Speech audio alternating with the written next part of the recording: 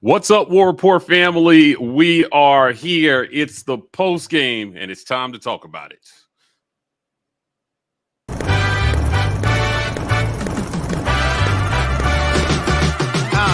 Pre-game, halftime, and post the whole time the chat live. We around our folks, but we gon' keep the chat tight, keeping out trolls. That's why you gotta get your green name on, your pre-game on, cause ain't nobody doing it better, reviewing it better, building rapport so you in tune with the players, with some quick prize picks so you can scoop you some cheddar. Get your mug or your shirt with the letters. Game time.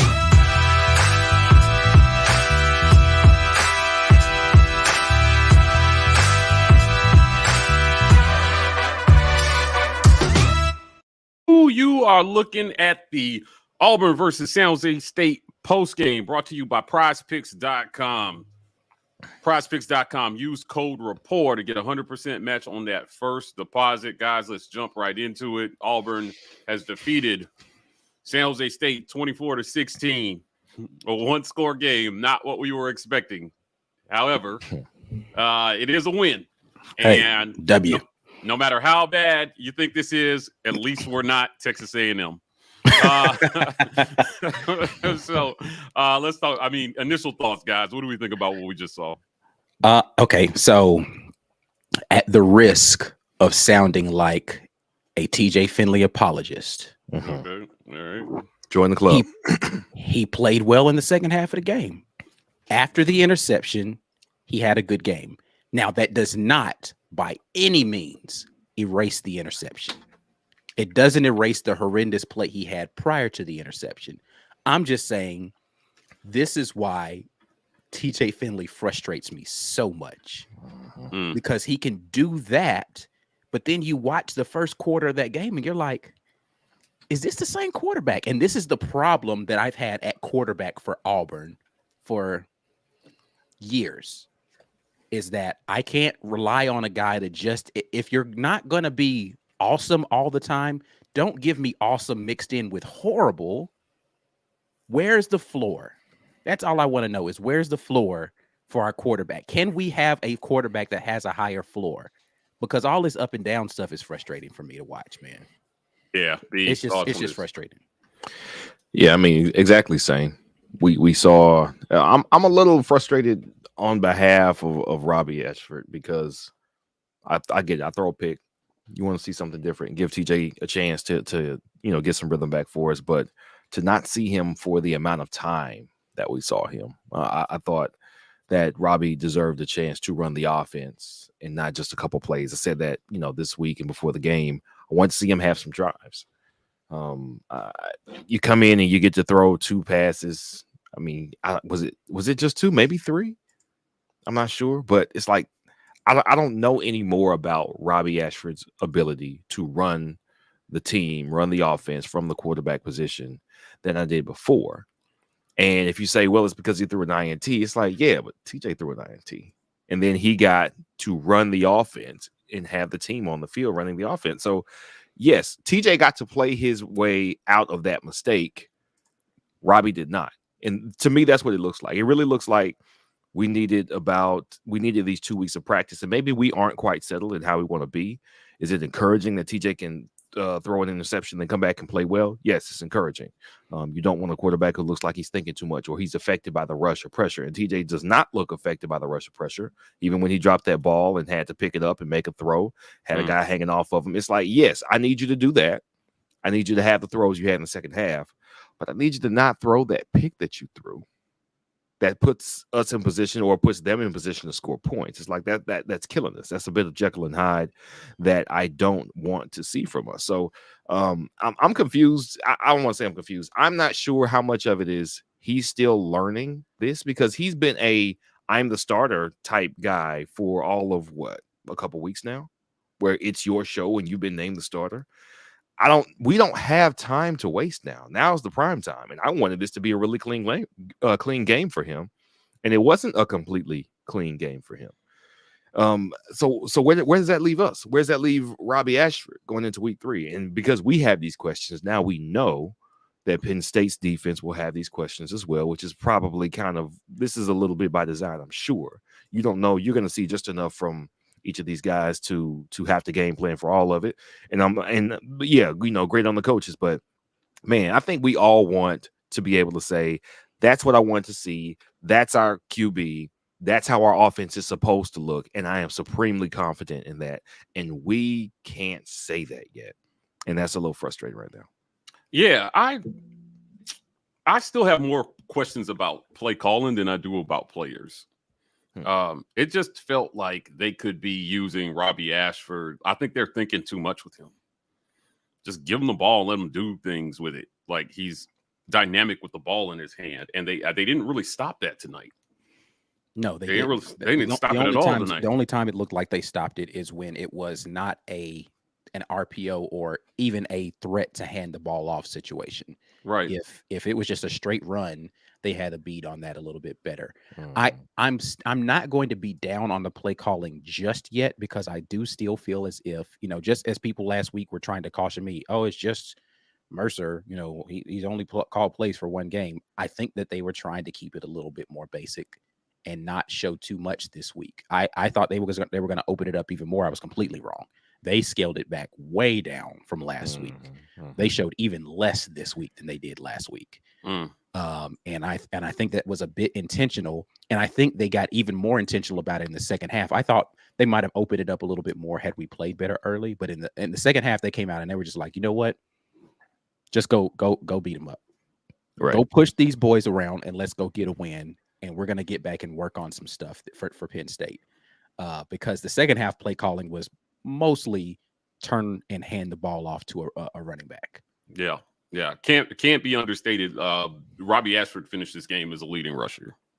Yeah, that's how the game went. So he was dynamic with the ball in his hands last night. Not so much throwing, but he's got time to work on that. Get to some super chats here. Bankroll says 2017 Mercer vibes. A win is a win, though. Jimbo can't say that today. Hey, listen, the way it went for a lot of teams today, struggle win greater than struggle loss. So we'll take it.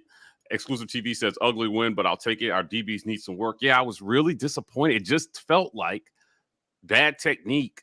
They're just sticking there, throwing their hands up in the air, hoping for the ball to hit them. Like, nobody got their head around tonight until it felt like the last play when Kaufman knocked down that pass. Yeah. Simpson, DJ James did better. Simpson on that last one, though, he never turned around ever. Right. Yeah. DJ James, if you're DJ James on that last one, man, you got to win that, dude. You got to win. I was like, I almost was like, yo, that's the turnover I've been waiting for. Yeah. Well, you got to win that, man. He jumped the route. He did everything he was supposed to do except secure the ball. Yep. Yeah. Nah, man, it was tough. But let me just say this about Keontae Scott and his awareness, though, because he came in there looking to see could he help on the tackle, and he immediately jumped on the loose ball. I like Keontae Scott, man. I know I'm driving the Keontae Scott hype train right now. Baller. I like Keontae Scott. Yeah. Half second earlier, and he recovers that. I mean, they ruled it incompletion anyway. So Swing Oil says that was pretty tough. Haha, but a win is a win. Agreed. War Eagle says these announcers are terrible. I really didn't like them. They were calling out the wrong plays and the wrong people all night. It was pretty bad. So agreed there. Ed Darby says 38 rushes to 23 passes. So they definitely went run heavy. I think that's where this team's strength is. The strength is in your Tanks, your Hunters, your Alstons, your Ashfords. Yeah. Right now, that's your offense, if you ask me. So until they show us something different. I will say this, and I will begrudgingly say this. Okay. For people who think I'm all crap train on this guy. This is the perfect team for Gus Malzahn to coach right now. As far as our offensive identity, can't throw the ball for real, doesn't matter. We're just going to run it with a super athletic quarterback and put you guys in conflict as to who you're going to stop and maybe give them some easy throws to the – it's because we don't have the ability right now to throw the ball downfield, it's perfect for Gus. Yeah, I mean, Robbie Ashford is his prototypical quarterback. Yes. Right? That's a guy that he should recruit every year and then give him the ball. Robbie would have never played for him, so exactly. We'll never know. But it is what it is. That's beside the point, yes. Why are you guys trying to play in TJ? We win and lose as a well, I guess team. he's talking to the chat. Okay. Yeah. This team scored points against our defense, so the entire team made mistakes. Yeah, I mean, listen, it was a whole team struggle win. Yeah, for sure. Now, again, your quarterback touches the ball every play, which is why he gets a disproportionate amount of the blame and, the praise when things go right or wrong. But, at least credit him for coming back in the second half and throwing some good He won't balls. get any credit from people That who were ready to that see him that fall. crossing route to Javaris Johnson there in the red zone was great. He's just got to do that more consistently. But I think that the play calling is not letting either one of these guys, like B is talking about, get into the flow of the offense. So they've got to figure out a way to call that better.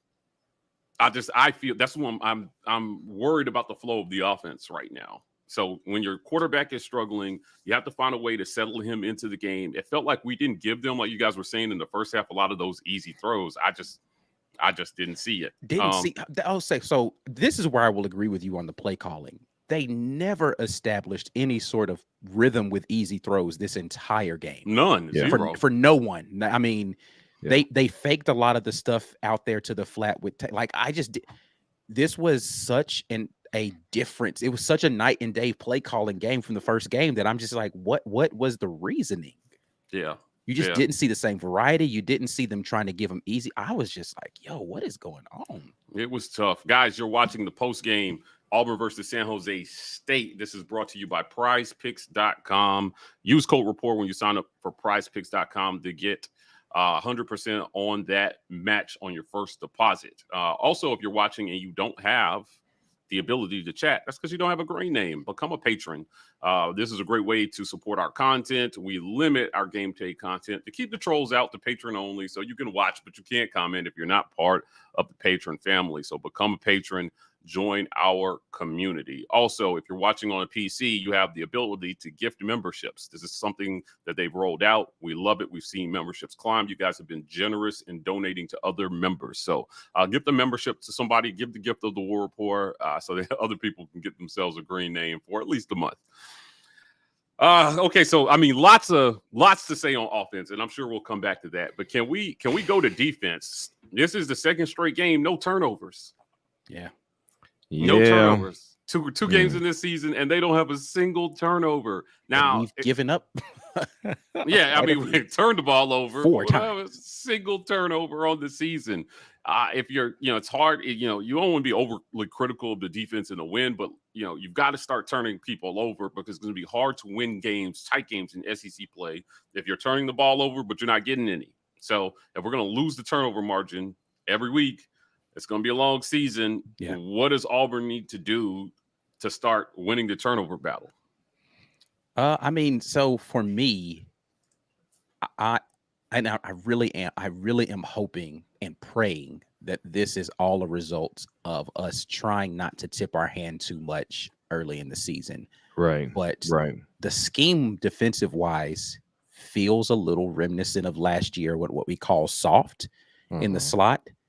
They're doing a lot of that. And then the blitzes don't look to be particularly effective. This game felt like a combination of the frustrating blitz ineffectiveness of a Kevin Steele with last year's soft zone coverage in the slot under Derek Mason. Like, it was just the perfect marriage of two things that I hated about our two previous defensive coordinators.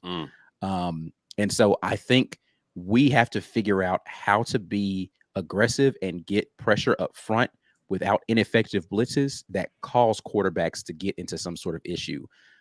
Thankfully, next week, Sean Clifford can be mobile, but is not the most mobile quarterback. So hopefully next week they'll have a plan to just get him uncomfortable in the pocket with disciplined rushes and make him throw the ball to you a little bit. Yeah. How do you feel about the defense, B? So I'm not as I'm with Ike to a certain extent. I think on both offense and defense is that they're saving stuff. They are not showing everything that we can do. And I think they're probably playing soft coverage just to get our guys experience playing soft coverage. I think they have to show that so that when they want to start fooling you into thinking that you're going to get soft coverage and then you get man on this guy, but coverage everywhere else, or it looks like coverage, but it's really, it's one deep and then we got a guy floating around. That stuff has to look a certain way, and you need to see us doing that base thing on film. You have to see it. And if we're going to fool a guy like Clifford, who, even though he's not the best quarterback, he is experienced, you have to show him what you think they will plan for. You have to give them something to plan for, and it has to look like something they are willing to beat. You give them something where, okay, the only way you're going to beat this is if you beat it with these throws in the zone. Great. We've got a guy that's going to be in position to make that pick. I think that's what they're doing. I hope that's what they're doing. However, that does not excuse their inability to play the ball in the air. Like that happened 3 or 4 times tonight. And even if you're kind of baiting our next few opponents, when you get the opportunity and the ball is in the air and you're covering a guy and you have a guy, you have to make a play on the ball. Like if you're watching the wide receiver, I remember Randy Moss always talked about this. One reason he was so great is because he would be deep downfield and the ball's coming and he would never react, even when the ball was like really about to get to his hands. Having late hands. Right. Late hands. So he's just looking and the DBs are looking at him. So they don't know that the ball is like really about to hit them in the back of the head. And he just sneaks his hands up and catches it and then he's gone. If you see the wide receivers, these are not professional wide receivers. They are looking, their eyes get big, their hands start to come up. Now, start finding the ball. Even like pretend to reach your head around and make a swatting motion at the ball. And you stand a better chance of getting in the way of hitting the passing lane and get the ball out of there. But we just seem content being as close as we could to people and hoping that we don't make contact as they fall to the ground. But that these players have come in here. Last week it was Mercer's, a couple wide receivers for Mercer. This week, a couple wide receivers for San Jose State. And the quarterback and the wide receivers seem to be able to make plays. They have not been scared of the moment. They have not been dropping a bunch of passes. And I don't know if that's something to worry about yet. I'm not certain. I'm still not convinced they have the correct starting lineup out there for us. I think Keontae Scott and DJ James may be our 2 best corners. I'm not sure about that. I'm not trying to sit our guys down. I'm just saying based on what we've seen, the aggression, the athleticism we've seen, it looks like those could be our best corners. And so they may be doing a little bit more baiting than we think, the defensive staff, not just with how we play, but also who we're playing. So that could be something that we're seeing. But I didn't like the DB play. I really like Kaufman, though. I think he's outstanding, man. He's a dog. Kaufman's outstanding. He definitely has a tenacity to him that I like. Yeah. Let's get to some super chats real quick. Eric Pearson, appreciate the super chat. If there was a comment there and we didn't get to it, just hit us up in the chat. We'll try to find it. Amani Smoot says, 2nd down and 13 to go. Can't wait. 2 down and 13 to go. 2 down and 13 on to the go. road to 15 and 0. Got it. I think Harsin should play with a little bit more tempo. Might not be a bad idea based on what we saw. CT in North Alabama, Warport Gang. Is it better for AU to have a game like this before Penn State so we know what to work with and sharpen our focus instead of AU winning by 35 and we get overconfident? Now, let me tell you something. This is a team and a staff that had a struggle win versus Georgia State and then came out over the middle part of the season and beat Ole Miss and Arkansas handily. Yeah. So I would not put it past them to start to put some things together. You just hope you don't have to lose too many games while you're doing it. But it just kind of is what it is. So there's still time. I know it feels like we're running out of time, but there's still time. Lots of teams turn it on mid-season. I'm going to say it just depends. Like the final, to me, I am so not concentrated on the final score in games like this. I'm more concentrated on how you win, right? I don't like the way we won this game. Now, I liked what I saw in the second half of this game. If we could have put 2 halves of that together, then you probably have a blowout win. I don't like the way we won this game because it reeks of just smelling yourself a little bit too much after the first game. You know, you kind of walked through a weak opponent and you came out here believing your own hype after one game, and that's not good. That doesn't have focus. That doesn't have determination. That doesn't have, regardless of who the opponent is, I'm just going to go out here and we're going to handle business. The defense, I feel like, I don't think the defense came slacking. You know, the DBs, all the out of position stuff, I don't think it's because they were taking them too lightly. It was the offense that came out looking like they were just going to steamroll an opponent, and San Jose State wasn't laying down for them. Yeah. Nah, still got time. Again, nobody liked how we won against Georgia State, but that team still turned it around midseason to get some big wins. So hopefully they can do that. Joey Kelsey says, I know TJ threw a pick, but some of them Dimes were right on. TJ is my starters. Coaching staff knows Robbie ain't ready for the full passing game. Again, I think they're trying to ease him in. I like that they didn't yank him from the field completely after his pick. They still sent him out there and they gave him a chance to make some plays. That 30-yard run was big for his confidence. Yeah. And he can do some things that nobody else on this team can do with the ball in his hands. I think he's just too much of a weapon not to get him on the field. What do you guys think? So I'll say this because I was going to say it earlier when B made the comment about TJ getting an opportunity to redeem himself, and it didn't seem as if Robbie got that same opportunity. I think that is because of, this is an assumption. Let me say this is an assumption. I think my assumption is because of what they've seen in practice, and they've hinted at it over and over again during the broadcast, which is the propensity for Robbie Ashford to typically get down on himself a little too much when he makes a mistake. And so they've got to get him off the field, settle him down a little bit, based upon their experience with him. Now, you could throw him right back in the game and he used that as fuel, but they don't know that yet. But what they do know is, and I've made comment about this with TJ, is TJ's memory is extremely short. He doesn't care if he throws an interception. He thinks his next play is going to be a touchdown in his brain. Like, he just doesn't care. Like, that stuff doesn't get him down. So they know if it's what they feel is, and this is again an assumption from me, if we're in an emotional place and we need to settle down, I'd rather go with TJ in that moment than Robbie right now. Yeah, I will say there were a couple plays tonight that against better teams, TJ is definitely sacked. That's a fact. He's slow as creek water in the winter. Well, they were around him, and the announcer was saying, "Oh, he pulled a Houdini," and it's not going to be a Houdini versus in a SEC play. But the new rules around hitting the quarterback feels like it's making defenders a little tentative when they approach. Because I was just like, why did they just hit him there? I don't even understand. Like, he didn't really do anything. He just kind of shimmied a little bit, but the defender was right there for whatever reason. They just didn't hit him, and then he threw the ball and completed a pass. So he's going to have to become more aware. The drop snap, the fumbled snap, I can't say it was a bad snap. It just looked like he dropped it. He picked it up and he made a play. But again, against a faster, more aware defense, you may not be able to recover. So they're going to have to definitely look at that. Jazzy Joe, Super Chats, War Damn Eagle, y'all. Where am I for $100? Are you in Auburn? Did you go to the game? Let us know. And then if you're where we're at, we're in hell watching this team underperform like this. I wish we was all in a better place with this team. Oh my goodness. We'll come back to this challenge while we think about where Jazzy's at. I want to thank Robin Carruthers for becoming a member, getting yourself a green name here. Awesome. Thank you for joining the family. Robbins. Auburn fan, slants did kill us, but they are the most indefensible plays in the game, in my opinion. Well, if you back shoulder throw is probably the most indefensible one, but the slant isn't. I mean, people make it seem like, oh, it's easy to cover a slant. It's not. The problem is not that the slants worked. It's more so that the DBs, when they were getting the slants run on them, they were nowhere in the picture to be in phase. Like, what you would like to see ideally is if it's a completed pass, it's a tackle immediately because you're in that wide receiver's hip pocket the entire time.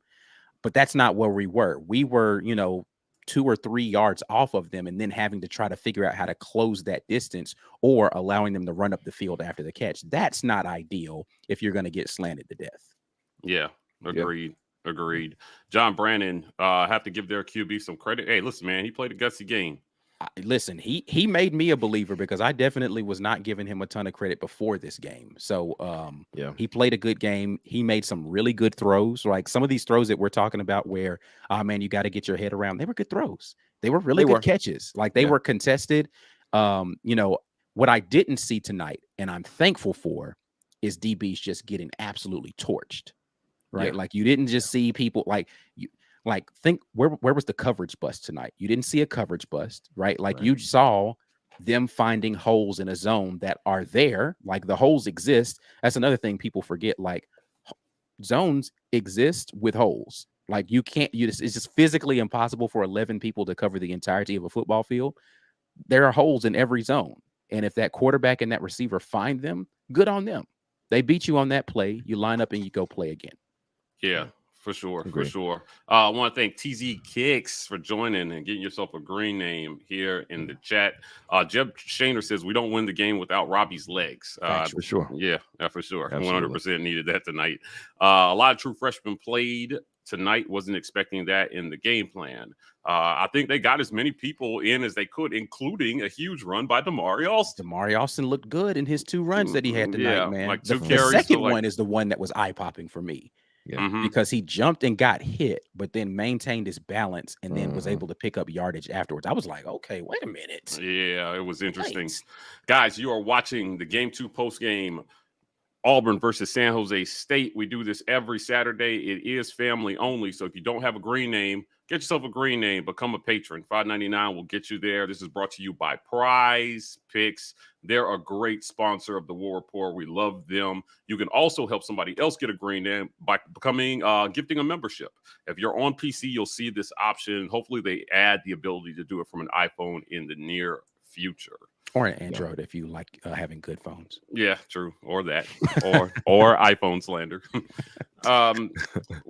Thank you, Tim Cook, for all the you want to jump on as a sponsor. We would love until that. he sponsors us. I'm here for all right. slander. Yeah. Listen, I give myself 50 iPhones. I have a burner and all kinds of stuff. We got a couple of people with some gifted subs out there. So shout out to David M.I.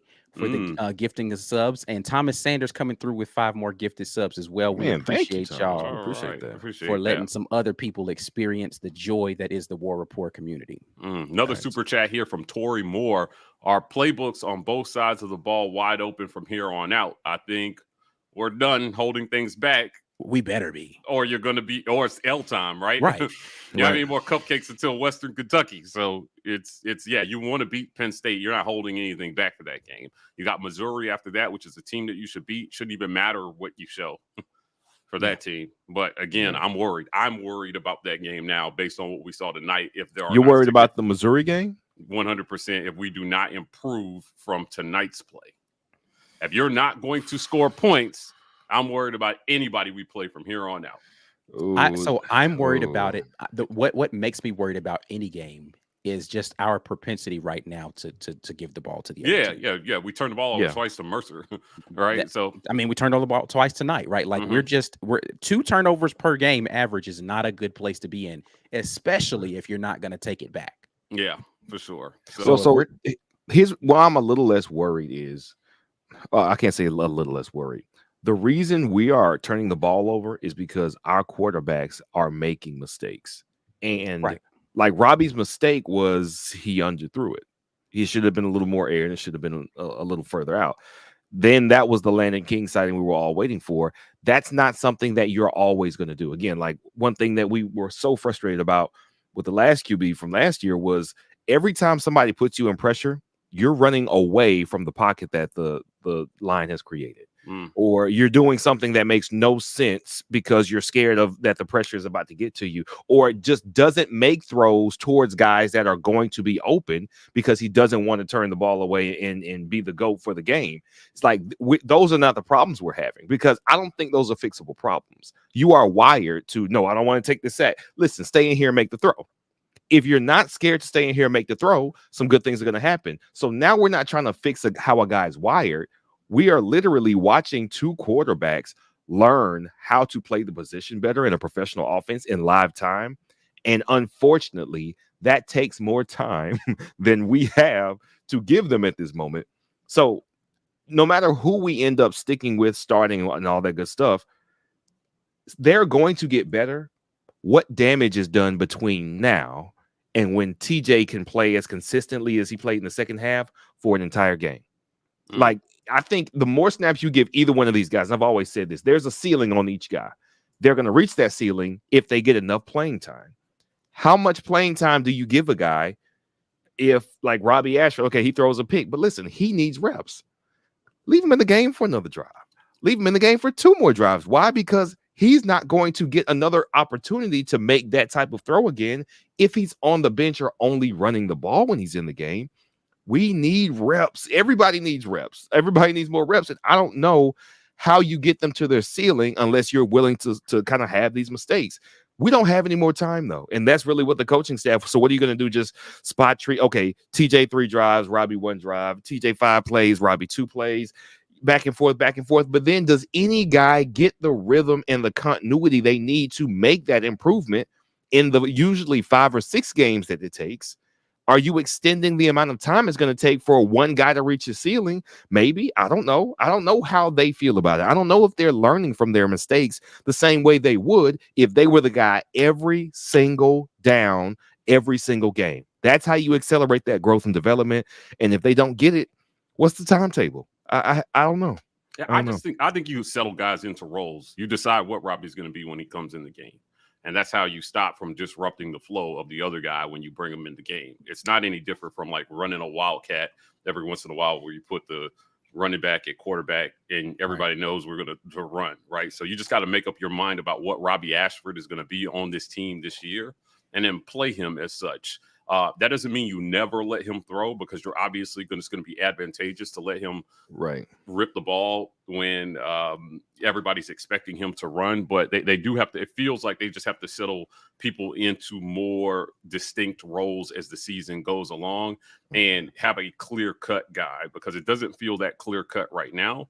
Right. But I'm not sitting here pretending like TJ didn't get enough reps to figure this game out. Like they gave him drives and drives and drives. He just made mistakes. And so they decided, that his mistakes affected when they brought Robbie in the game and how they got play calling done. The pick, it was just one of those things where it was to me, it was an unforced error. He did have a little pressure on him on this pick this week. So that was something that was a little different.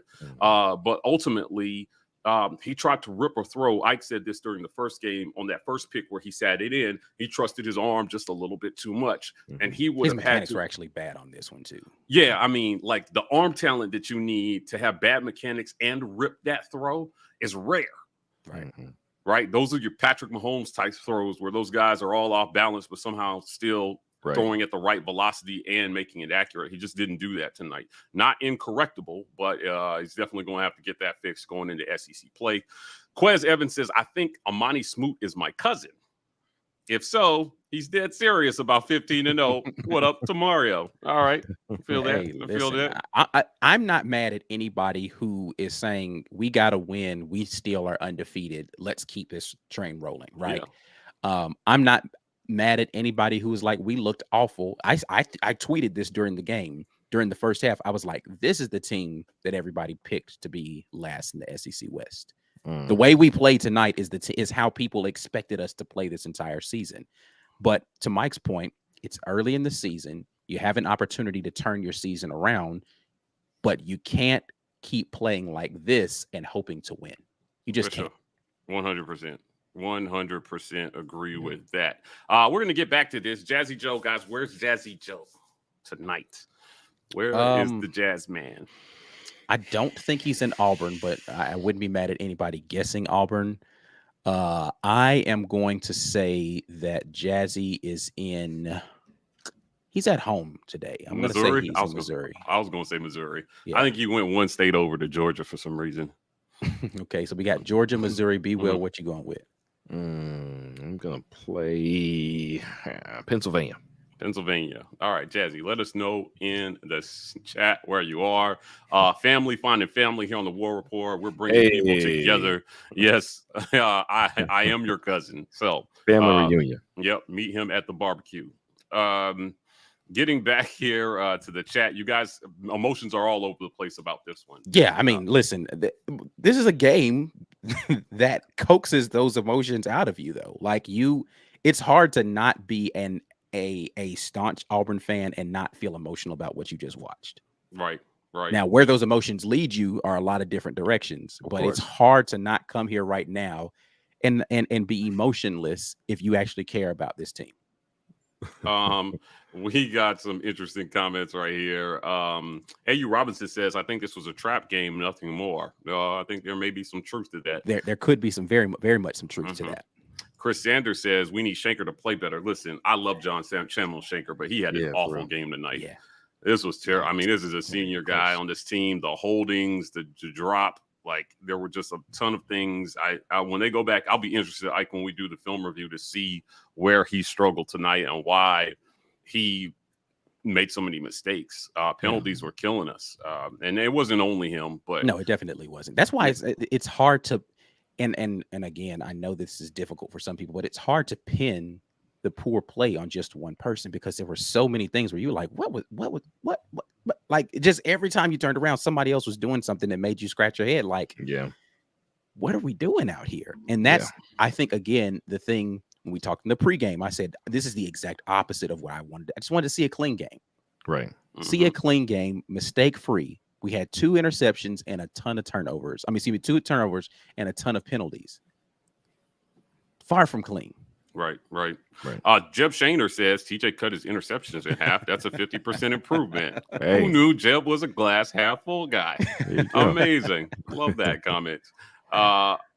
Tori Moore back with the super chat. Appreciate this. I also like the move with putting Scott at the slot corner position and Donovan Kaufman at safety. We just need to solidify the outside guys. Agreed. I think DJ James is if we're gonna do that, DJ James needs to be your other outside corner. And that's I know that feels like I'm bagging on Pritchett right there.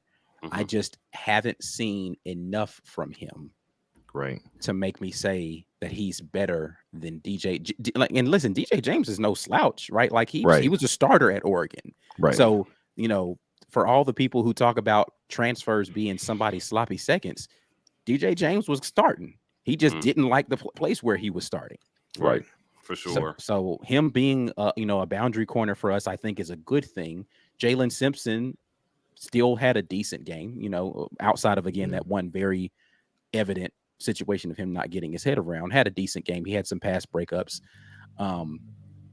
Maybe it's time, and I want to say maybe it's time for Pritchett to just be a kick returner, but Keontae Scott, man. Yeah, man. Hey, Keontae Scott, man. Man. Yeah, for sure. Glad that fumble didn't go the wrong way, because he definitely fumbled it. But 100%. Yeah, it was a fumble. Jazzy Joe is in Wyoming. Wasn't even close. Yeah. How are we gonna know that, man? What are you doing? I mean, come on, man. How are we supposed to know any of the times that we guess? We're just guessing stuff. Yeah, I mean, except for when he texts me and says I'm here, and then I guess, and then you guys are all amazed because he texted to me. Cheyenne, Wyoming. We'll put that on the list of places you might be for next time. Ed Darby, interesting comment here. Thanks for this comment, Ed. Both QBs are reading the field incorrectly, but he said correctly. Reading the field correctly, but are using incorrect throws. And then he also says Robbie's pick was a level concept. It was the right read, but the wrong throw. 100%. 100%. So TJ's pick was he was to the inside way too much and low on his throw. He was throwing it a little bit off of his back foot. It's a really long, and we've again. I said this on Twitter, and somebody said I was being delusional about TJ, and I was like, I don't even understand what you mean by this. My frustration with TJ Finley is I've seen you make that throw. Right. This isn't a throw I don't know you can make. So when you don't make it, I'm just like, yo, what are you doing, bro? Like, this is a throw you can make. Yeah. Yeah. With Robbie's situation, Landon King was open. Yeah. He didn't make the wrong read and didn't see the guy. He underthrew the route. Right. Landon King was open. He just threw it on a rope instead of putting a little air up underneath it. So again, when I say the issues that you're seeing at quarterback are fixable, I mean that. That's not me giving false hope about a quarterback. That's me understanding what they did is something that actually you can fix. But the question is, are you going to keep repeating the same mistakes? Because so far, TJ has repeated the same mistake 2 games in a row, which is right decision, wrong time, or wrong throw. Or right decision, poor trajectory on a throw, right? Like it's not TJ's decision making sometimes is not necessarily the issue. For me, it is the lackadaisical nature in which he approaches the quarterback position. Right. He's not repeating the good behaviors every single snap. Right. Which is a part of when you are unlearning your habits. Yeah, because he's a big guy and he's got a big arm. So I'm certain when he was in high school and he was balling, he could kind of do whatever and get it past the guy he needed to get it past. And, if you're on a good team, then your guys are usually wide open out there, butt naked. You can hit a guy easy, but we're not in that league anymore. And his mechanics are rough enough to where the difference between a completion over the middle, like we saw some of those throws into the zone over the linebacker, before the safety, right into the wide receiver's hands. Those are the throws. Those are those right there. Those are the ones that we haven't seen Robbie have to make yet. And Robbie gets, again, the one that the bad throw trying to get Landon King. He missed that one, but TJ missed those in the first game. And so now we see what the offense may be coming into, what it's supposed to look like. When you see throws like this, Gus's offense didn't have this throw. They didn't even throw in the middle of the field. But if you want to beat the zone, this is how you beat it. You need somebody with a big arm, make the right read, and we see this. This is an NFL throw, which is why you have a good chance of attracting QB prospects who have NFL aspirations, because now you can put on your tape. We talked about this all offseason. Well, Harsin's going to tell recruits, just watch. And you're going to say, well, what does he have to watch for? Man, we looked very suspect in game one after a minute, and now we look very suspect in game two, struggling against a group of 5 school. Yeah, but anybody who played QB, their parents are going to say, hey, man, listen. Let's listen to what the coach has to say, because I saw throws here that I see on Sundays. And I see them putting the decision to make that throw in the quarterback's hands, which is a far cry from what we saw from Gus Malzahn and his offense. So this is the night and day difference. But with that comes the growing pains of doing things that you have not done before, that this offense hasn't done before, that these wide receivers have not done before. And therein is the conundrum. Yeah. How do you get them to do it and clean it up? And hopefully take us to we're going to have to do some winning while we're learning, which is something that we've done in years where we played really well, where we got to an SEC championship game or won the West. We did some learning while we were winning. Of course, case in point, when we beat Mississippi State in 2013, and we looked rough and disjointed on offense, but then Nick Marshall makes a great play at the end of the half, and that keeps you alive. You get to keep playing for the SEC West title. But eventually you turn into this machine that was worthy of winning the SEC West. But what did it take for you to get there? We looked rough some games. Mike talks about it all the time. He thought after Cam Newton's game against Mississippi State, I don't know about this guy. Needed some time for all the pieces to play in the system and start figuring this thing out. And then it starts to look like that's what you were going for, huh? When we were looking janky and we didn't score more than 20 points early in the season with Cam Newton. Now Cam Newton can't put up less than 40 points a game because it takes time. I hope these guys get the time. I hope we can do some winning while we're learning. I really do. Yeah, it can't be understated. Nobody thought we were going undefeated two games into the 2010 season, right? At all. It looked rough and disjointed. And I'm not saying that we have a Cam Newton on this team, but I am saying that it doesn't mean that we're going to be a 5-win team either. So definitely want to get to some super chats here. I want to thank Master Yoda for joining us as always. Seems like Auburn is going to need the force down the stretch here to win some games. Master Yoda with some advice. Trap game. This was trust in Harsin. We must. Love that. Appreciate the super chat. Master Yoda. Tyrone Long, no words, but just wants to support. We appreciate that as well, too. Lessenkirk in number 43. Coy Moore's pancake block, though, it was pretty special. I will say I thought that was the only special thing I saw for him. He started in place of Malcolm Johnson tonight. He had some balls thrown his way on some crossing routes and some quick outs. But hopefully we see more from him. A lot of people were excited about him coming from LSU. He told us in an interview that he was better than Kayshon Boutte. If you haven't seen that, supremely confident in his own abilities, I suggest you go. He hasn't had enough targets to show that. Kayshon Boutte gets targeted multiple times every game. Right. So. Don't tell Kayshon that he's transferring as far as we know. I think that's much ado about nothing. So Fuller Roberts need to see M'Ba more on the D line. Ike, what are your thoughts on this? I don't feel like the D line played poorly. So more M'Ba, less M'Ba. Like I just want to see the D line continue to improve week to week. He's an absolute physical specimen out there. So I don't see a reason why more of him would be a problem. But we go back to the question B Will asked earlier when people were like, "Where's Landon King?" Who do you pull off of the field to get Jeffrey M'Ba out there more? Right. Is it Colby Wooden? Is it Marcus Harris? Is Jason it Jones? Jason I Jones? thought had a game as well too. I thought right. So that's what I'm saying. Like, so where's M'Ba getting the snaps from? Who are you taking off of the field to put M'Ba? And again, this is not me. I want to see every player who's good for us continue to play, but I'd have to see someone struggling out. Marcus Bragg had a good game, right? Like Yeah, Who the on the killer interior? tackle there at the end. Who on the interior defensive line are you saying that guy's not pulling his weight? Jeffrey M'ba should be getting those snaps. So Right. M'ba's got time. Hopefully he's patient with the process and he becomes a beast over time for us, because we're going to need that defensive line rotation as we get into the Arkansas of the world, who are going to run the ball 40 times a game. Right. As we get into the Mississippi States, who are going to run more pace, and his speed at that position is going to be, he's got time to get out there and play more. So yes, I do want to see him more, but we'll let that rotation figure itself out. Jeb Shaner says, did we see Craig McDonald? I don't think he played much at all tonight. He played in the previous game, yes, but I don't think he played at all tonight. John Brian Coy caught a pass and made a great block. We mentioned that. The Matt Barber, it was left and right. It felt like the special teams issues we had last year, just every time we got anything going, it was negated or we were moving backwards.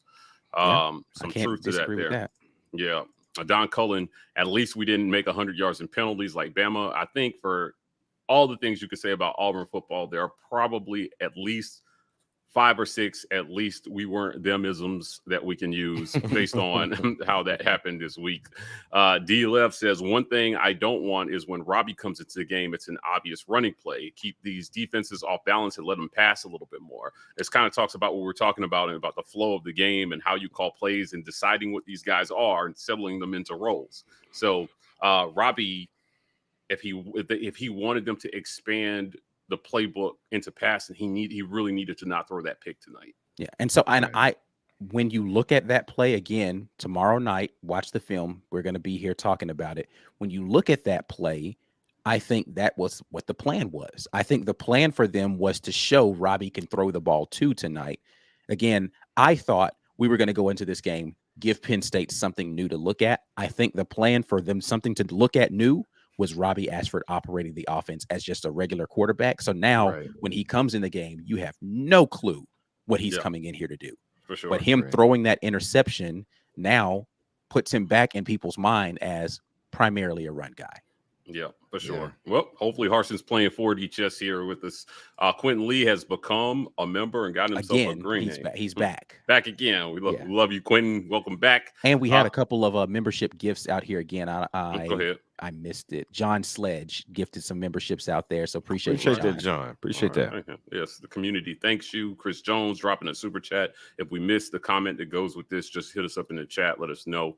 Connell McLemore, guys, today was rough, but we could be Nebraska fans. Like I said, they just lost to Georgia Southern. No way. This is not Georgia State, and this is not Georgia State team that played us tough, played South Carolina tough for a little while, played UNC tough today. This is the Georgia Southern team that just got Clay Helton as a head coach. Yikes. When he got fired from USC.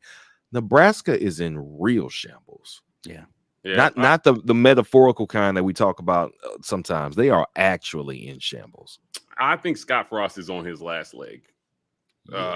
But hopefully our coach is not on his last leg, because he's not going to do that. Guys, you're watching the post game Auburn versus San Jose State. We do this every week after the game. Come join us, become a member. If you can't chat right now and you're watching, it's because you're not a patron. Become a patron, help support our content. And if you are not a patron, keep an eye on your email, because maybe somebody gifted you a membership. You won't know unless you check your email. So this is brought to you guys by prizepicks.com. I got to go back and check the stats. I think we came up 1 fantasy point short of our card hitting. Just short. So we were 2 points short, I think. 2 points. Yeah. Oh, it was so sad. Tank, he just didn't get the carries tonight, man. They split the carries between so many people. I thought he would get a couple touchdowns. It just wasn't in the cards for him. So we came close. Caleb Williams did it. Tank did not.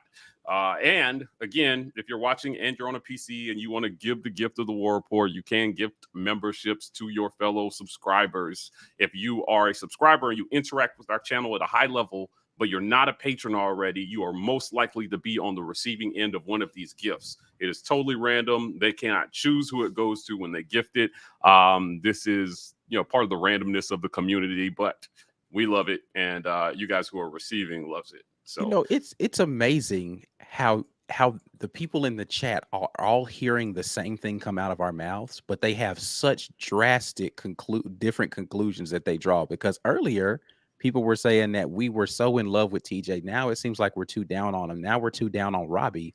maybe we're just honest about our opinions about people, man, and we don't play favorites. Yeah, well, you got to talk about what they do. Yeah. Right. I mean, listen, when they do something positive, we'll talk about that. And we did last week. I thought there was plenty of positive to talk about last week. But also, there are the opposite, that if we don't talk about the negative, it's like, see, I knew you guys, blah, blah, blah. I don't know. So, Listen, we can't win them all. Listen, all I know is I try to be as honest as I can in how I evaluate somebody. If they do something I don't like, I'm going to say it. If they do something I do like, I'm going to say it.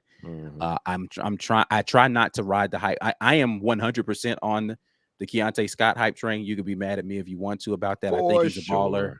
For sure. I haven't seen much out of the young man that I don't like about his game. fair. I'm this close. He ain't shown me enough yet. I'm this close to being Mike G last year when he was talking about Jarquez, about Damari, just because I ain't seen nothing I haven't liked about that young man in the very few times he's touched the ball so far. Yeah, I'm this close to getting there about Damari. But yeah, man, I applaud good stuff and I talk about bad stuff. I don't know what else to do. Yeah. A couple more comments here. Chris K says that Jarquez run, Andy going out of bounds, could be a killer versus a team like Penn State. I cringed at this. Yes. Situational I got awareness vibes from last year's Iron Bowl. The minute it happened, this wasn't him getting pulled out of bounds. This was him angling towards the sidelines and then not putting the brakes on whatsoever. Yeah, right. Situational awareness. Robbie Ashford bailed us out at the end with the first down run to seal the game. It looked like, to me, he came up short at first. They gave us the first down, but that could have been a critical mistake if the situation had been different. Tyrone Long says, Mike G, one interception Robbie threw and you relegate him to just running. It's not me. I think it's the coaches are leaning that way. Yeah. Honestly, it looks like his chances, based on what they said he needed to work on, he's got to prove that they should expand his role in the passing game. Right. I fear that when he makes mistakes like that, they're going to limit him because his touches are already limited. Correct. Because he's splitting time with TJ Finley. So if you want more passes, he's on a shorter leash when it comes to throwing mistakes. I think that's just his reality right now. And I think he knows it. And had he come out and just thrown incompletions, I think he would have earned himself more reps. For sure. When you throw a pretty bad pick. Yeah, it's tough. It's tough. That wasn't even like, oh, that was a really great play. Like I think the DB made a better play on the TJ interception. Like the Robbie throw, he just woefully undershot a receiver who was open.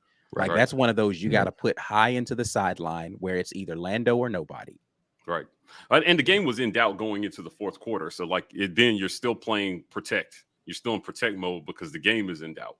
Right. Steve Bradley says, I was just listening to the radio on Cadillac and TJ said they would be ready and have a good game plan for Penn State. Start preparing for them tomorrow. Right. Agreed. They got to start. They got to start now. Before bed tonight. Yeah. Start getting mentally ready for Penn State because you can't do that again. I mean, listen. Do we see video of the water celebration after this game in the locker room? Yeah, absolutely. Listen, you celebrate every win. To me, you celebrate every win. If that's your culture, you do that. There are a bunch of Bama fans on Twitter saying, you guys are celebrating like you won a national title. No, you celebrate. It is hard to win a damn football game at the college level. Yeah. You celebrate them all or you don't celebrate at all, if you ask me. Right. Yeah, so because then it does become this, I did something special. It's like, no, we won. That's what we expected on to the to next. Do. Yeah. So we celebrate. Yeah. Because I just know the backlash that's going to be coming of people being like, you guys barely won the game. And you're acting like you. It's like, no, let the oldest person on this team is probably like 23 years old. Let these young men have fun and play football, man. Right. Yeah. Right. Yeah. If you thought that they were going to win 5 games, they might as well celebrate every single one of them. Because according to some people, they're not going to have. We only got 3 more in the holster. Might as well. Right. Want to thank Brian Brock for becoming a YouTube member. We appreciate you. Whether this was Brian. You signing up or whether it was a gifted membership. Jonathan Harris with the super chat. Receivers didn't look good in either game, in my opinion. I don't think they have done much to help the QBs. And how about my guy Steiner? He looked great. He had a serious hit there. Yeah. Some serious shuffling needs to happen in the back end. I'm not sure I agree with this. Yeah, I mean, I definitely have to watch the film back, but I would need to know what do you feel like the receivers could have done better before I can agree or disagree with this take? Because I mean, as far as drops are concerned, the only drop that happened was from Luke Deal, and that was actually a really good hit by the linebacker on him. But what other play are you thinking in your mind where like, oh man, the receiver wasn't getting separation? Every interception that was thrown was not like the DB. Wasn't like the wide receiver didn't run a good route, or, like I don't feel like the receivers have played poorly so far. I just think we've had to have the game plan go away from QBs that haven't been making good throws. For sure. Right. For sure. Exactly. Javarius Johnson actually has played well both games. Yeah, that's true. That's true. Right. Caesar is at the game, and he is actually in the post-game presser right now. We're going to put that presser up for you guys tonight. So if you are watching, wait on the War Report. We are going to put that presser up for you guys. Watch our video. Don't watch anybody else's. There are many people who post it. Stay on our channel. We appreciate that. Cody Jones says, yo, last time I checked, Texas was unranked. So it'll be interesting to see what they do with Texas after that game. Yeah, because Texas didn't look bad, and they were down to their hobbled second string quarterback and still almost pulled it out. So Hudson Carr gutted that one out, but he did, man. I felt like they were going to need a QB to pull it out for them at the end. Clint, Ewers was balling. Ewers looked like the prospect they projected him to be. Yeah. He's the guy that y'all keep trying to tell me Spencer Rattler is. Y'all keep trying to tell me Spencer Rattler's that guy. Yeah. No, Drake May is the guy that they've been trying to make Haynes King into being. Listen. I shouldn't say. I don't even want to get started. I've been blocking it out because I'm saving it. I'm saving it. But Drake May, he's the one. Master Yoda gifting 10 memberships. We appreciate that very much. There. Who did? Yoda. Yoda. Okay, Master Yoda. We appreciate you spreading the force around the War Report. Appreciate that. Yeah. Thank you. So I see somebody here. Hold on. They see if I can find it. Where would it go? Yeah, this is a funny comment. Notre Dame lost and will be ranked #1 Monday. Probably. They'll find a way to do it. So I don't want to get too far into other people's games right now, but can we all agree that Georgia's the best team in the country right now? 100%. Now Okay. they had some things iffy about their game today versus Sanford, so they're not a team without weaknesses. Yeah. But from what we've seen across college football, I don't know that there's a team with a better body of work through 2 games in Georgia. Right. Undisputed #1 come Monday, right? Like that's just my thought on it. Yeah. So I saw John Willis, right? He made this comment. He said San Jose State had 50 more yards against this D than they did against Portland State. And I think it's important to make this point. And we have seen an Auburn team that has looked very suspect at different points throughout the season, whether they've got 1 loss, 2 losses, 3 losses, be able to beat a Bama team that comes in, or at least play a Bama team extremely tough when they come in. Because we all know that really is the biggest game of our season. Whether it's if we're out of the picture already, we know we can ruin their season. If we're still in the picture, we know we've got something to accomplish if we beat them. And people play up for games. Teams play up for games. That absolutely happens. There are some teams that play up just for a specific opponent all the time. Iowa has a putrid offense. They lost today to Iowa State. I guarantee you Iowa is going to beat somebody who is in the race for either division in the Big Ten this year, because that's what Iowa does, okay? In the same sense, these teams know that they are coming to play an SEC team. They've had this game circled on their schedule. Right. This is their Super Bowl. Mercer Super Bowl was playing Auburn. San Jose State's Super Bowl was definitely playing. Oh, I've played this coach before. I know what he wants to do. Guys, we're going to get practically giddy the entire game. Yes, he was very happy to be out there forcing Brian Harsin's team to struggle throughout the game. Mm-hmm.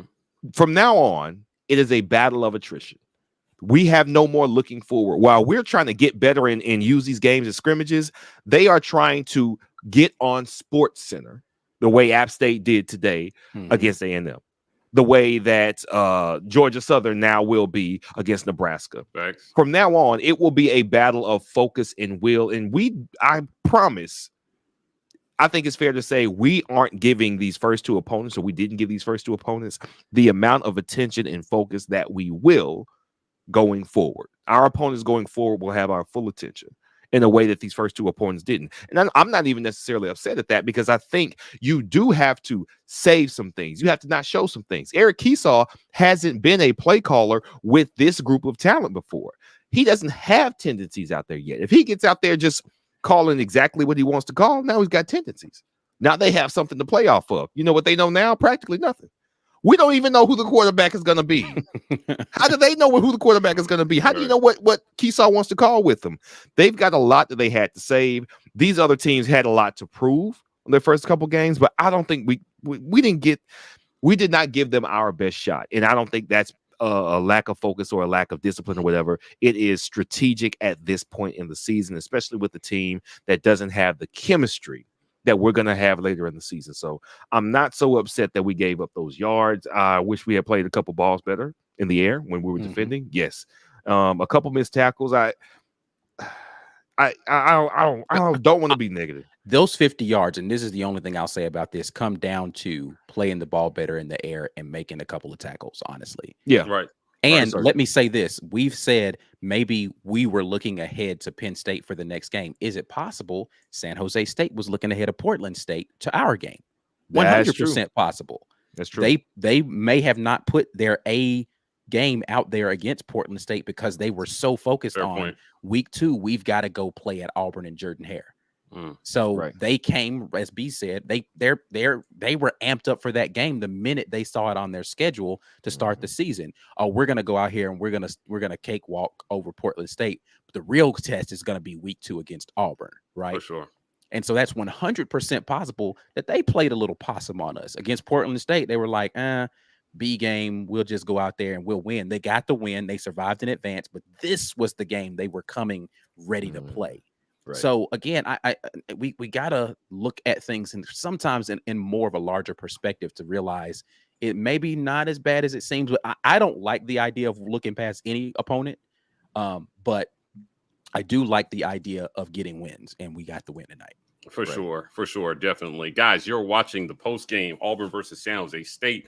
I'm here with Ike Jones and B Will. We're talking about it. C-Dub is at the game. He just got out of the presser, so we're going to post that shortly for you guys so you can hear directly from Coach Harsin on the struggle win tonight. I hope somebody asked him how he felt about a struggle win tonight. If you're watching this and you can't chat because you don't have a green name, become a patron. Lots of people becoming patrons in the chat right here. This is brought to you by prizepicks.com. Join prizepicks.com. Use code REPORT to get 100% match on that first deposit. Also want to give a special shout out to the sponsor keeping us calm during all these struggle wins, Rogue Shop. Also, code REPORT to get 15% off your anti-freak out Auburn watching goodies. Guys, we're at the 1 hour mark here. Where does Auburn go from here? That's what I want to talk about. Where does Auburn go from here? Like, what things are you telling your team? What did the speech in the locker room sound like tonight? Like, what's the message to the team after this? Yeah, I mean, after the game, what the speech was like, I think it was, we've got a lot of work that we've got to put in. Good win tonight. We got the win, but now we've got to go get ready. We got to forget about all that and let's go get ready for Penn State. I think they immediately jumped around, celebrated, and then got sobered up, ready to play. Like they're ready to play ball right now. Like I guarantee you the vast majority of this team wishes that Penn State game were tomorrow so they could just go out there and play and erase the memory of what happened tonight from everybody's mind. Right. For sure. B, what do you think? What does this team need to work on going into game 3? Well, again, I'm going to put most of it on the coaches to take what they've seen from the first 2 games and make the appropriate adjustments in the 2D. I think there's definitely some changes that could be made. Whether all of them will be made, we will see. I think there's enough of a bad taste from this game to kind of motivate them for the week to come. Everybody has some things to work on, unless you were Keontae Scott. Maybe he say, hey, I'm good. I did. I mean, hopefully that's not his attitude, but y'all ain't talking to me. That's that meme where Golden State loses and Clay's on the sideline smiling like, hey, I went off. I don't know about y'all. But we definitely have enough to work on. It's still going to come down to the quarterback consistency. The coaches know this.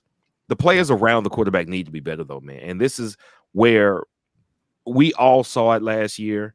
And this is why the fan base kind of, being so defensive of us when we criticized Bo Nix's play was like, hey, well, the tight end missed a block. And it's like, yes, all that stuff always happens. We saw a terrible game team wide on offense. The entire team played poorly on offense in the first half, but they were able to get it together and make some plays later. Everybody's not going to have their best game every week.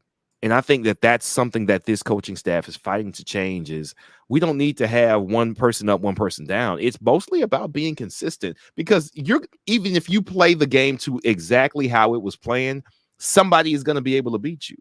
You playing your best game may not be good enough to beat everybody on your schedule, but you give yourself a chance if you play disciplined, if you play smart, and if you play to the coach's game plan. Of course, assuming that the coaches are putting us in the best position to win. Right now, we don't have any reason to doubt that is the case. So I'm going to proceed week after week, assuming that the coaches have the ability to see what we are and put us in the best position to win. I still believe it. I think the players still believe it. I don't think anything's changed.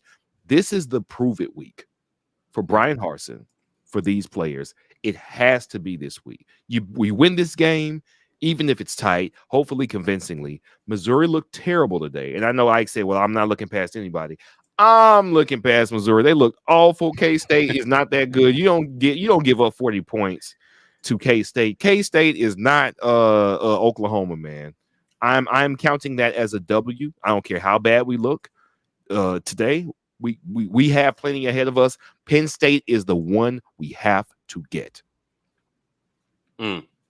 Well said. Well said. Got a few more comments here. Rigger Spoon says Scott Frost still celebrating that natty in 2017. I think, yeah, Scott Frost is daydreaming about the days of yore, I'm sure, when things were simpler at UCF and he had to play AAC opponents all the time. So a lot harder with the big boys.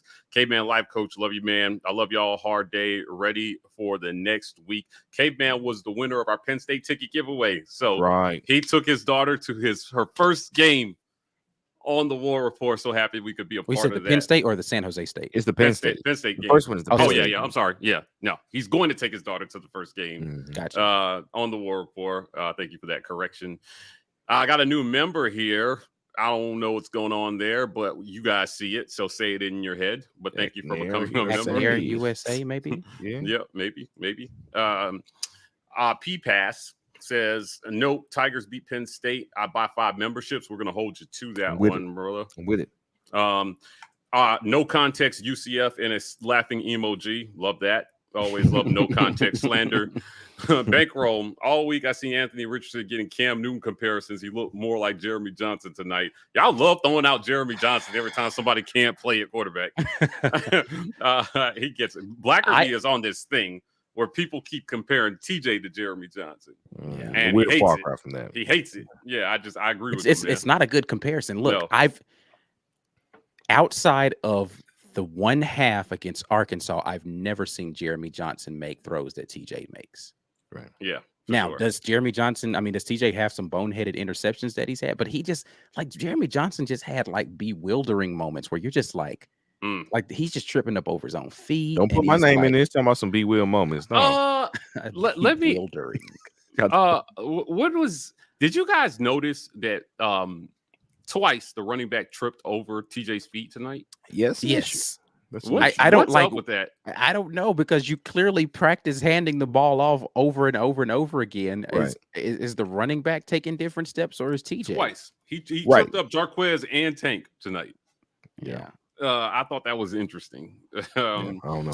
Rodney Gilbert, turn me up, B Will going in on Jimbo. We're gonna have a single screen moment for this. This is gonna be epic. I'm gonna repost it. We're gonna put music to it.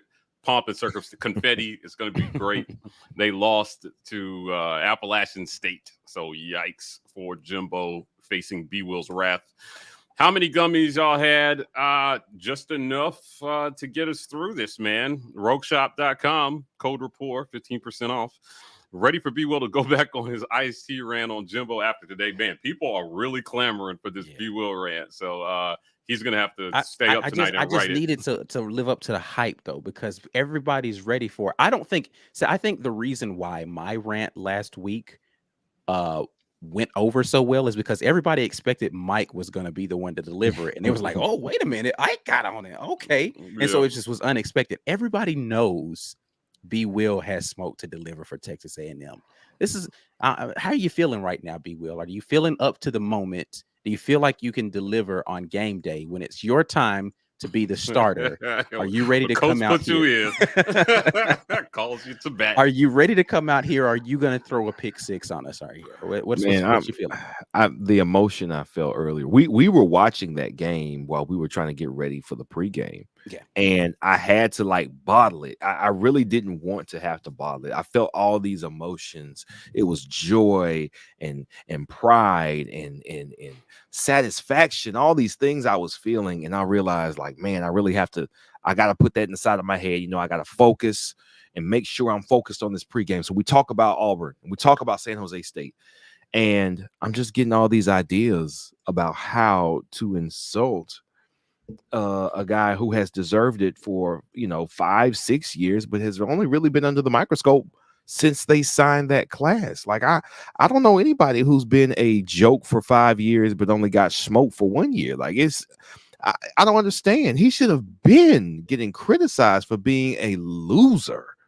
And he hasn't gotten enough. And I have to do my part to balance the scales. I'm going to do my best to balance these scales. I promise you all.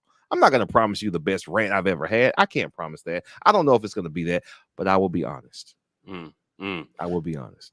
Dustin Pace says, listening to y'all always calms me down and helps out things in perspective. It's easy to overreact either way, but I'm reserving my judgments until after the Penn State game. I think a lot of people are here. I think this is going to tell us a lot about where this team is at. I was unimpressed with Penn State in week 1. I will tell you, after watching us 2 weeks, there's no way I have confidence that we're absolutely going to win this game. So Sean Clifford, I'm not sure we don't have a repeat right now based on what I've seen in the past defense of Sean Clifford going out there and going 20 for 22 or something like that. Definitely possible. Yeah, he's not the world beater, but man, sometimes he can just deliver a performance every once in a while. He's a gamer, man. Yeah. So it'll be interesting to see how that turns out. There was lots of sorrow going across college football tonight. Wisconsin lost today. Yeah, man, guys, listen, if you think it's bad, it could be worse. Right. At the end of the day, we're still celebrating a W. San Jose State coach, creepy smile will haunt my dreams. Ben agreed. It was weird. He's weird. He's a weird guy. I don't know that I would invite him to Thanksgiving dinner. Y'all got to rebrand the blooper segment to Bewildering Moments. Yeah, we're not set on the name yet, so we will be coming up with something. You guys seem to enjoy that. I got a lot of DMs about that bloopers. Hey, listen, tag us on Twitter. We can't watch everything, but if there is a nominee for a blooper of the week, tag us on Twitter and any clip you see that you think we should roast for 2 minutes and post it up for you guys. Yeah. Rodney Gilbert. All right, come on, cuh. Very that's a little person. Come on, cuh. Come on, cuh. You remember that part of Fast and the Furious when Paul Walker's like, just forget about it, cuh. That's what it reminded me. It was terrible. You set the standard. It's been simmering since the announcement of B. Will's bums list for sure. And the Thomas Dickey, are you going to be Jeremy Johnson or Cam Newton? I mean, those are literally the quarterbacks everybody compares everything to. If you do something, if you are a tall quarterback, you're either, and you play well, you're the next Cam Newton. If you're a tall quarterback and you play poorly, you're the next Jeremy Johnson. Like, there's just no ways around it. Like, that's exactly how it balances out for you. If you're over 6'4", you're one of those two based upon how you played that day. Yeah, for sure. Yep, that's me. Sorry, didn't mean to put that there. The spread for Auburn and Penn State will be 7. I'm taking under 50. I would absolutely take that under. I don't think there's any way we're not going to give up things to Penn State. Now, I don't know how much their offensive line has changed year over year because our defensive line wasn't really having any of it. They couldn't run the ball for anything on us last year. Everything came from completions and really a good game plan from their OC. Let's not overlook that. Their OC had a good game plan, but what we did not do is we didn't try to put pressure on the quarterback. We tried to just contain, play safe, long drives, that whole 9. It did not work because we couldn't score enough points to counter the points that they got from their big plays and their big chunk plays. I think sure. that's different this year. I still don't think our defensive line is going to surrender much of anything at all on the ground. So because for the first time, we will play a quarterback that is not quick. And again, Mercer, San Jose State, are they the best teams in the country? They are not. But what they are, like most Group of 5 or Division II schools, if you have guys who are playing well on those levels, they have something that is valuable. And in the case of dual threat quarterbacks, they're quick, or they are fast, or they are just shifty enough to make things difficult for you. The good thing about playing Sean Clifford, he is not those things. He is not even the most accurate guy. So he could be throwing and just be missing some stuff. And we know that if you pressure him, he will make mistakes. We saw it all last year outside of our game. Because I watched every time Penn State lost a game last year, and I rejoiced when they did, and he was making mistakes repeatedly. He can make mistakes. We have to generate pressure. I think our D-line does that. I would absolutely take the under on that game. Yeah, for sure. It's going to be interesting, but we'll give you guys some more. If you haven't visited thewarreport.com, Betting with B Will is posted there. So you guys visit our website. We've got lots of great content posted there for you guys to check out. So that's going to be the hub for all War Report content moving forward. We're still going to be on YouTube, but we'd like you to go through our website to get to a lot of the content that we're going to be posting. Guys, you are watching the post game Auburn versus San Jose State. We do this every week. If you can't chat right now, it's because you don't have a green name. Become a patron, or hopefully you're on the receiving end of a gifted membership. If you're a member and you're watching from a computer, you have the ability to give the gift of the War Report to anybody who's watching but not a member already. The more you interact with our channel, the more you hit like, the more you watch, the more likely you are to be on the receiving end of one of these memberships. This segment is brought to you guys by PrizePicks.com. Visit prizepicks.com to get 100% match when you use code rapport. We love Prize Picks. We also love the Rogue Shop for helping keep us calm during stuff like what we saw today. Guys, final thoughts before we close it out here. What do we think, man? What's the feel after this one? What should fans feel after this? I'll let you go first, B. Go ahead. Well, Thomas was clarifying his statement about Jeremy Johnson or Cam Newton is for B. Will and his rant. Those are your choices. Are you going to be Jeremy Johnson tomorrow, or are you going to be Cam Newton? I'm not going to be Jeremy Johnson tomorrow. I promise that. That's all I can guarantee. Anyway, go ahead, bro. I think this season really hinges on this Penn State game, and not that it's the pinnacle of what we can be as a team, but they know that this is where you have to prove it. This is where you have to show it. You're at home. We've talked about the home field advantage all season. Oh, we gave Bama such a game. We're at home. Yeah, okay. Listen, recruits are going to be there. The home field is going to be there. There won't be students that are looking to leave at halftime. This is going to be the game where nationally you make a statement.